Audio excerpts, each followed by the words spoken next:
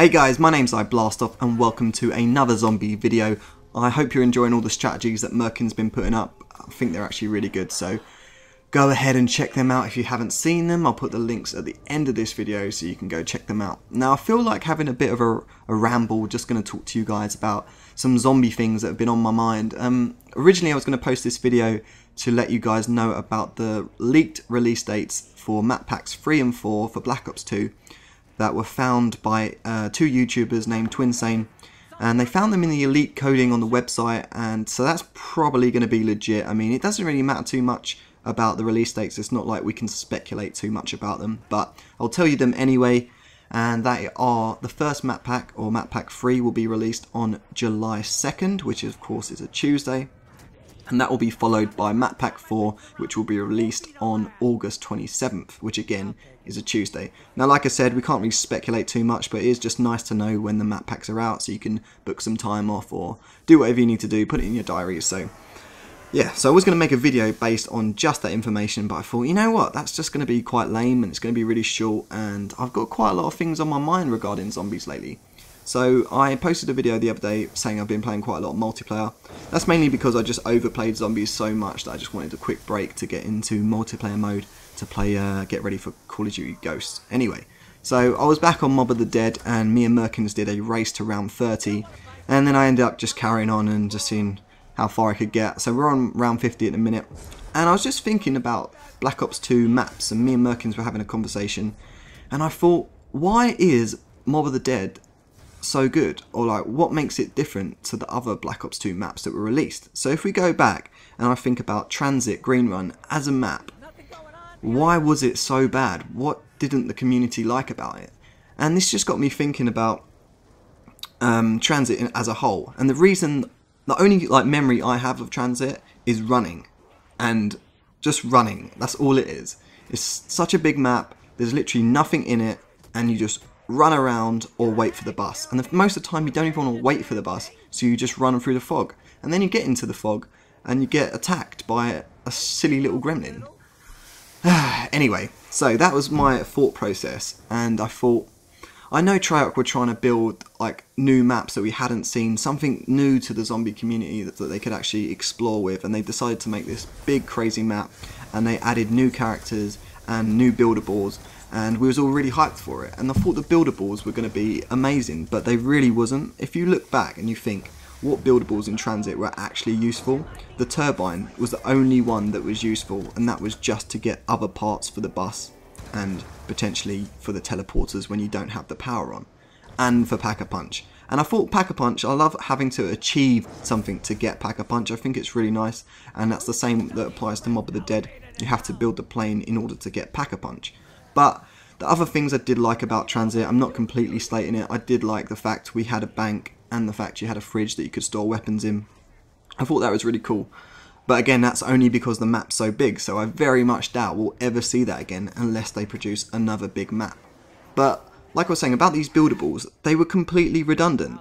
You had the sentry gun turret, which in theory sounds like an amazing idea, but it just completely flopped because it was so useless that you're on like round 10 and a zombie has to swipe it twice and it's gone. Why would you bother using it? I think on these next map packs 3 and 4, they really need to work on the buildables like they did on Mob of the Dead. Zombie shield, oh my god, come on, can you get a better shield than that? That is so good. It completely wipes the floor with the green run shield.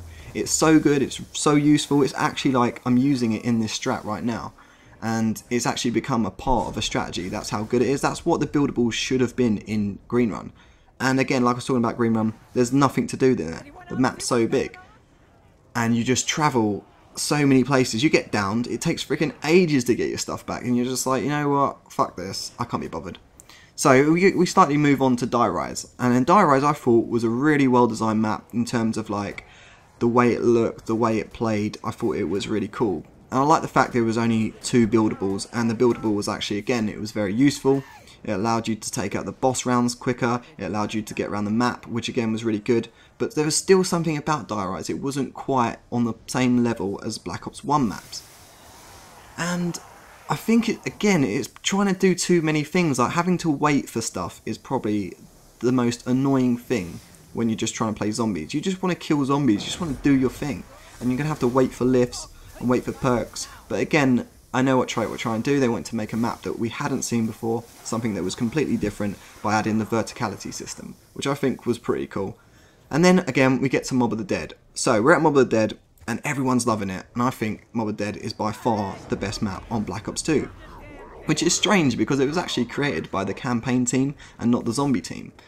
And the best things about Mob of the Dead is that it's actually a really big map, but it feels small. It feels like everything's close, everything has a purpose, and it makes you want to do the Easter eggs, like the golden spork, which is a one-hit kill up to round 40. OP as fuck, probably the most OP melee weapon there has been in zombies, but it's just amazing. And then you've got, need I say it, the Hell's Retriever, which you can even upgrade to the Hell's Redeemer, and it's a one-hit kill up to round 100. Now that is fucking amazing. I can't even explain how amazing that is. And that's pretty much what gives Mob of the Dead so much replay value, because you want to go and do all these things because you know they're going to help you progress to further rounds. And like I was saying earlier when I touched upon how good the shield was, and I was saying it's a part of the strategy, that's what the buildables should have been. But Mob of the Dead doesn't just factor in these things. It has so many other good things going for it. Of course, the atmosphere within Mob of the Dead, the characters, the plot, the development, everything around Mob of the Dead is really, really strong. And even the wall weapons, like the wall weapons, you can get the Uzi in 3 different locations, you can get MP5 in 2 locations. I don't know if that's actually correct, I can't remember, but I know they are spread around the map, which again is just really, really useful. And again, this isn't my main point, this isn't what I wanted to talk about, but I'm having a bit of a rant anyway, so I hope you guys agree with me and leave some comments on your thoughts on the maps. I wanted to talk about perks, and I wanted to talk about what sort of map we can expect from Map Pack 3 since the zombie team are taking back over. Are they going to learn their lessons from the last map? Are they going to add in stuff? I think the only thing they can do is improve. Like, surely you can't release a map that's not as good as Mob of the Dead. Anyways, so I had this idea regarding perks. I mean, I know, sorry guys, that was actually a bit of a zombies review, but I'm going to do another video where I'm going to talk about what I think Map Pack 3 is going to be, what the actual map's going to be. This is just going to be a video talking about this idea I had based on perks. So let's get into it anyway. So the idea I had was, I was playing Mob of the Dead and I was thinking, you know what, I never ever buy Deadshot. Why do I never buy Deadshot? Because, again, Deadshot is good when used with like the Uzi or on the early rounds, it's really good. Or if you had like the Akimbo 5.7s, you can get headshots and stuff, which is great. And I tend to just get it as a novelty. I only get it just for like mixing stuff up for a bit of fun, but it's not really a go-to perk. And I was thinking, in Map Pack 3 and 4, could they add all the perks? Or like, say on Map Pack 4, yeah, like we had on Moon, we had all the perks on Black Ops 1. If they do bring all the perks back for Map Pack 4, what's going to help us sway our decision when choosing these perks? And I come up with this idea of perk combos or perk combinations. So everyone knows that Juggernaut's a staple perk and it's a must-have because it allows you to survive to like high rounds, to get 4 hits. You're basically more likely to last without going down. But I was thinking, what other little tricks could Treyarch do to help us choose redundant perks or worthless perks? So like, for example, if we was to get Mule Kick and Deadshot with no other perks, so it's solely just Mule Kick and Deadshot, it would give you the ability to pick up ammo off the ground as like a perk combo. So you've only got them 2 perks, but it gives you this added bonus, which is more like an incentive to actually just have them 2 perks. And you could work out your own little strategies based on just having perk combinations. So another one I come up with would be Double Tap and Speed Cola, and just having them 2 perks together would allow you to just aim down sight, like a faster aim down sight, which again is quite cool. But going back to the Mule Kick and Deadshot one, where it actually gives you ammo, say if you had that idea on Mob of the Dead where you have infinite afterlives, pretty much infinite quick revives, again OP, but they're still quite fun anyway. But say you had all your perks, you went down, when you run out of ammo, you just down yourself, and then you pick up Mule Kick and Deadshot, if Mule Kick was on Mob of the Dead, this is all in theory, and then you could quickly like kill some zombies with like an MP5 and pick up some ammo, and then build some ammo for your Blundergat or Ray Gun or whatever, and then go and buy your perks back, and that perk combo, obviously you lose it. So again, that's just like a really good idea to add replay value for different strategies. It allows you to pick up worthless perks you would never use.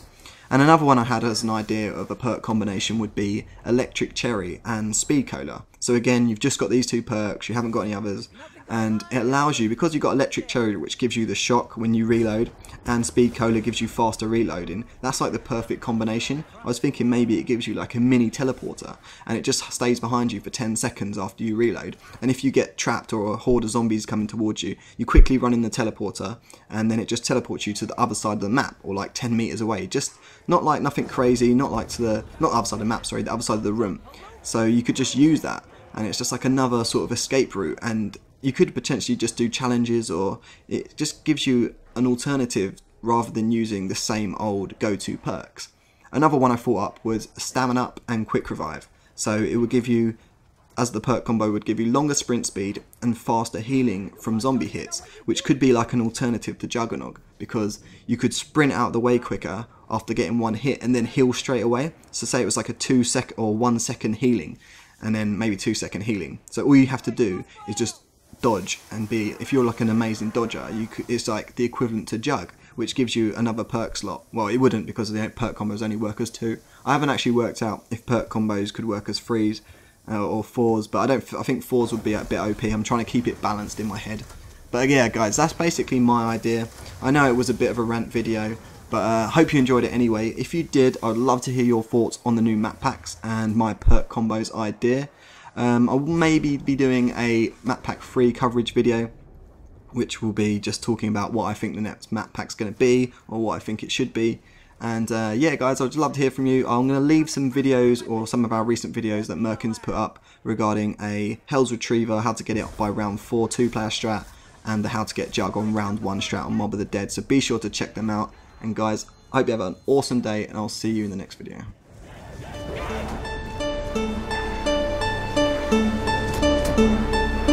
You don't want to fight me? Yeah, just as I suspected. We need